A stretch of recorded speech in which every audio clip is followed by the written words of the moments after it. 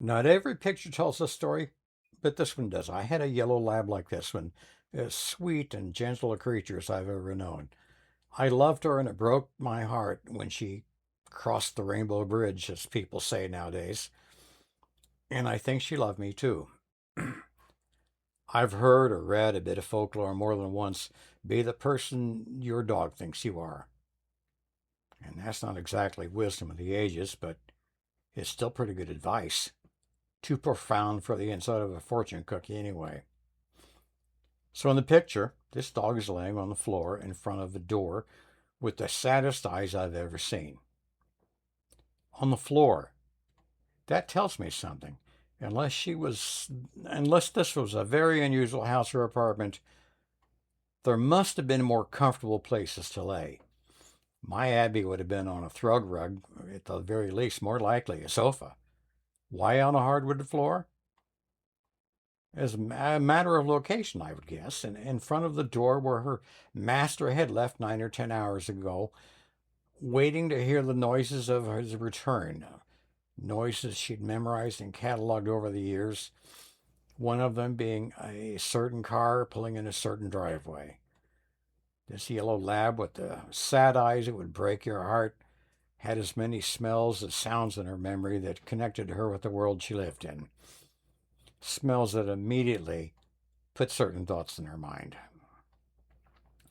So, see, some pictures do tell a story, even if you have to imagine some of the details. And this picture tells a story of faithfulness, loyalty, love, and a little bit of loneliness. Now, the Greek word pistos might be better translated faith or belief, as it's related to God's persuasion, trust, loyalty, and conviction. In interpreting scripture, context is important, and part of the context is who Paul was addressing in this letter. Not the general population, but members of the churches in Galatia. Another part of the context is the list itself, the previous 6 and the 2 that we will follow. None of these fruits is for our enjoyment alone. Why should faithfulness be the exception? The church is a community, after all. And just as love, joy, and peace are to be shared, so is faith. We trust in God and fellow believers. So isn't this also an encouragement for us to live in such a way that we can be trusted, relied on, that we can be counted on, that we will be loyal to you and may trust that you likewise will be loyal to me? Of course, it speaks to our faith and belief in God. That's a given. But it also speaks of our relationships with each other. None of us are islands. None of us are alone. We are in community with each other, not just our own local churches, but churches everywhere. Not just the people we know, but people we've never met. And we say that we're all God's children, that every life is sacred. If you're against abortion or the death penalty, or just have decided it's not a good idea for people to go around willy-nilly killing each other, this is a conviction we stand on. Every life matters. It matters to God and should matter to us as well, because we are all created in His image. Now, if you observe people who call themselves Christian yet exhibit none of these qualities, well, that's what this YouTube channel is about. Being Christlike, being who we say we are. All of us are God's children. If we abandon that conviction, that's when we lose our Christian identity. Our faith doesn't give us a choice about who we include and care about. Jesus proved that with the story of the Good Samaritan and the woman at the well, with the Canaanite woman who pleaded with him to heal her daughter, with the vision given to Peter about entering the home of a Roman centurion named Cornelius. We don't confirm our Christian identity by deciding who belongs and who doesn't, who's included and who isn't, on the basis of skin color, language, or any other physical marker. Our faith is our identity, not our politics, not our income, not our families. our faith. There are those who would argue that humanity would be better off if there were no religion, and there are times I can see their point. In an ideal world, the one we don't live in,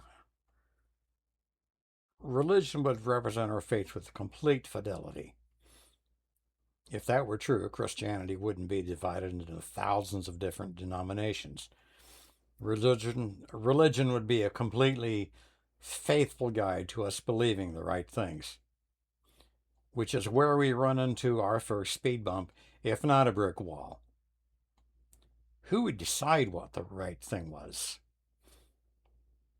When the faith was still quite young, heresies arose, and to make sure we were all on the same page, creeds were written, expanded in time to doctrines, and which were written down so everybody would know what was okay to believe and what wasn't. And once something is written down, nobody ever disagrees with it ever again, right? Right. There's an old expression, 2 Jews, 3 opinions, that pokes a big hole into the fallacy of people being reasonable and agreeing with each other. The Jews believed in spirited discussion of ideas and individual interpretation.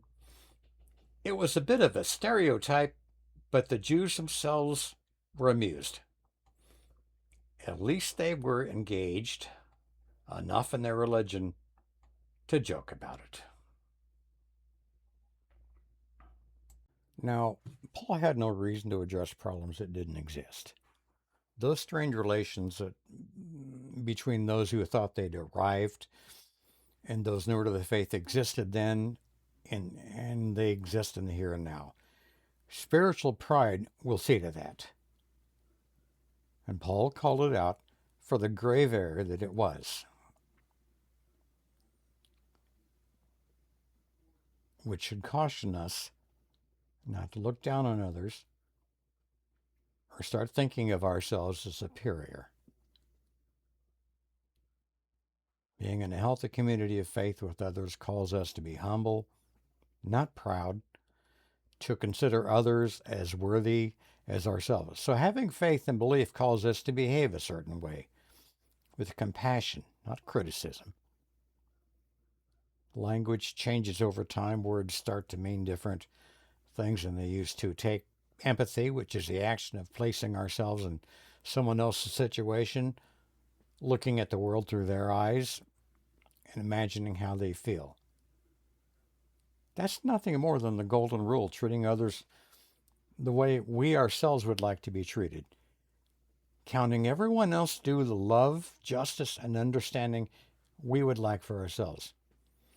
We have to temporarily put ourselves in their shoes to understand how they yearn to be treated, fairly as we do. It acknowledges their humanity by examining our own. About a year ago, the world's richest man said empathy was a fundamental weakness of Western civilization. Weakness? Well, maybe it's a weakness if you view the rest of the world as something you must exploit and conquer. That is quite clearly not the outlook Jesus would have us take.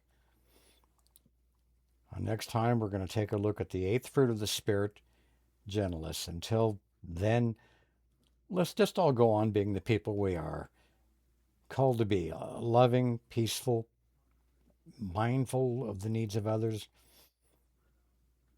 remembering who you are and who you represent in this world.